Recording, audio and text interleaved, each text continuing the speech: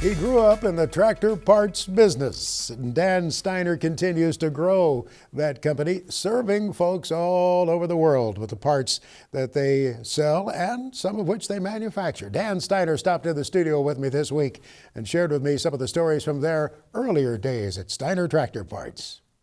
The original catalog was all Steiner brand parts. My father was doing salvage, and there were a lot of parts that he couldn't meet the demand for. So he got the bright idea to start building his own parts back in the 70s. And he had a friend who was a pattern maker who worked for General Motors, and in the 70s things were kind of tight. So his friend agreed to build him some patterns, and Dad took them down to the foundry and got the manifolds poured, and then took them back to his friend and had them machined.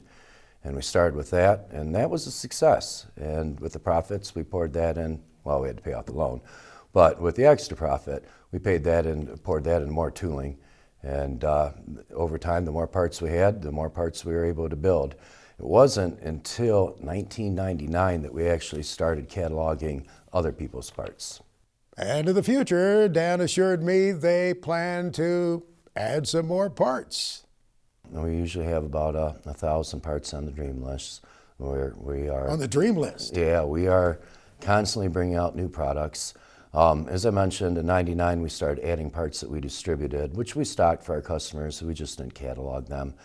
And we started making parts because some of them were obsolete. Well, since '99, a lot more products have become obsolete, especially since 2020. Sure. So we've had problems getting things as simple as oil filters the last 4 years, and our oil filters, almost all of them are made in the U.S., so it's not a matter of supply chain disruptions worldwide, although perhaps they have issues with material. Right now we're looking at building a whole line of our own gaskets in the United States because some of the aftermarket gasket companies who also supplied the OEs are obsoleting the gaskets for the antique and classic tractors. So you have to stay nimble to make sure you can still meet that demand. It's a big challenge because we're in the specialty parts business. And there are some items like oil filters that are commodities, but they, like I said, they've even given us challenges. And because we're in the specialty parts business, a lot of the product that we make, it'll take a while to sell a production run. We have to make a fairly large quantity to dollar average the tooling into the products. Sure. And to make it economical to set up the tooling and run it. And so specialty parts is a challenging business. Sometimes it takes us so long to sell products that when we're done, the tooling might be obsolete. When we started making manifolds, it was all wooden tooling. By the late 90s, they went to some type of plastic, and today it's all steel. So for our first manifold, we've been through at least 3 iterations of tooling, and sometimes more.